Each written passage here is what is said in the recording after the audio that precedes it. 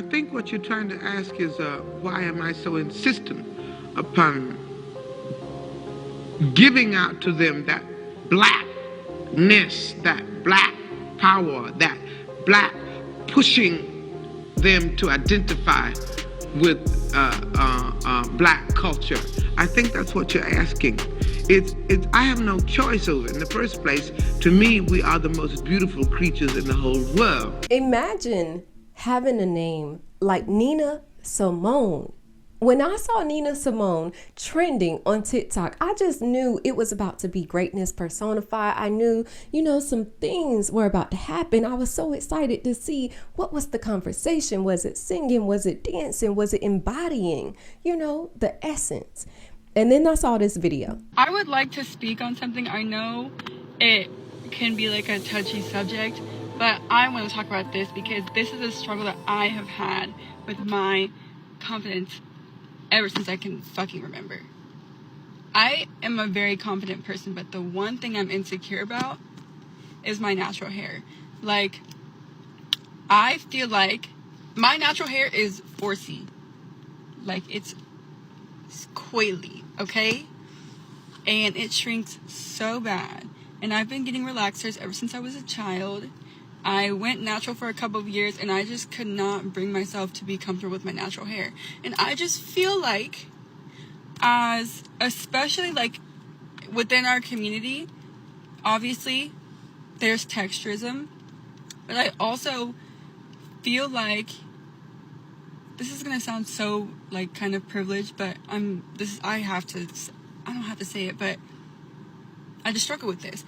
I feel like as a light-skinned black woman, I don't fit the beauty standard because of the texture of my hair. Like, I just don't feel confident when I wear my natural hair texture. Like, I don't at all.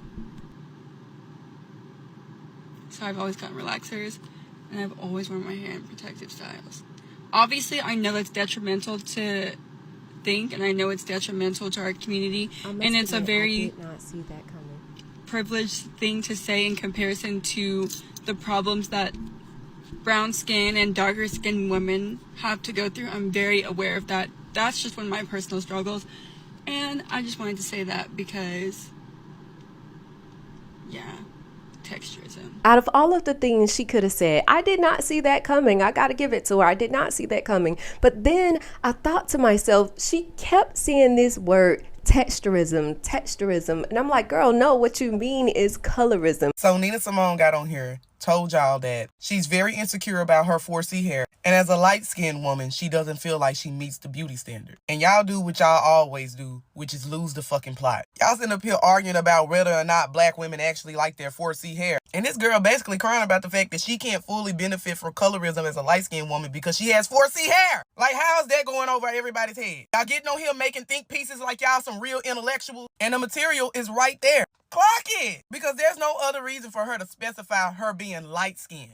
And I looked at her and I'm like, okay, I can see what she's saying. Like, looking at her, I would have thought this was a Hispanic woman. I would have thought she at least had some type of Spanish blood in her. Like, so maybe that's what she means, that, she didn't get the full benefits of being called exotic by the men. Because, men were going through this phase where everybody wanted a Spanish mamacita.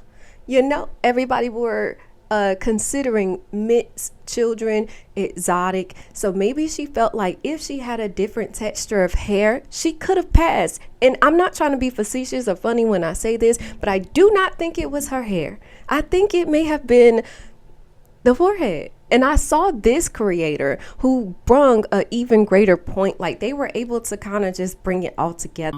And a video that she did about her insecurities being a light-skinned black woman with 4C hair. I think she kept using the term texturism.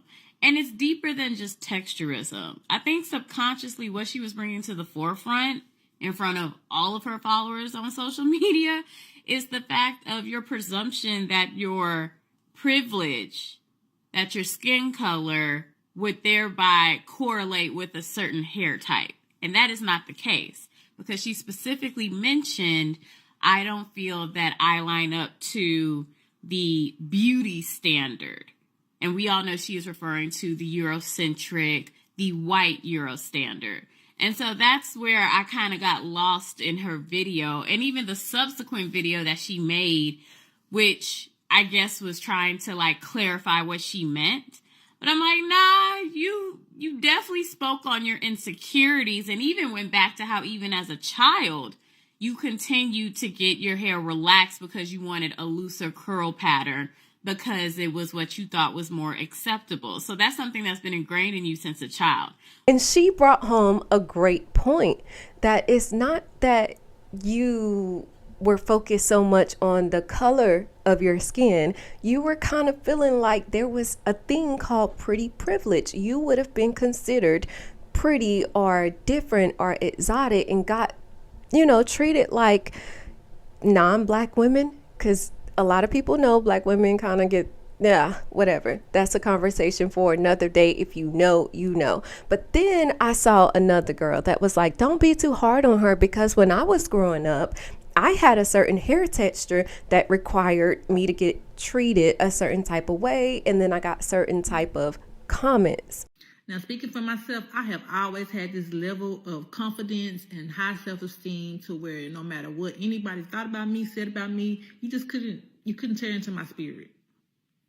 But I also do recall growing up, me being of a lighter hue than a lot of my friends and peers and classmates and people around me.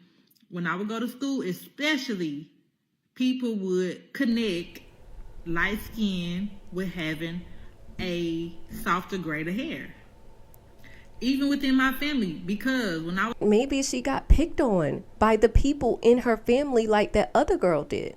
And because you had these negative voices in your head as a child telling you your hair is not this, your hair is not kind, your hair is hard and difficult to deal with, which I am very natural, very much 4C, but baby, I love my hair. Like I can, throw some water in here and we can get some curl, okay?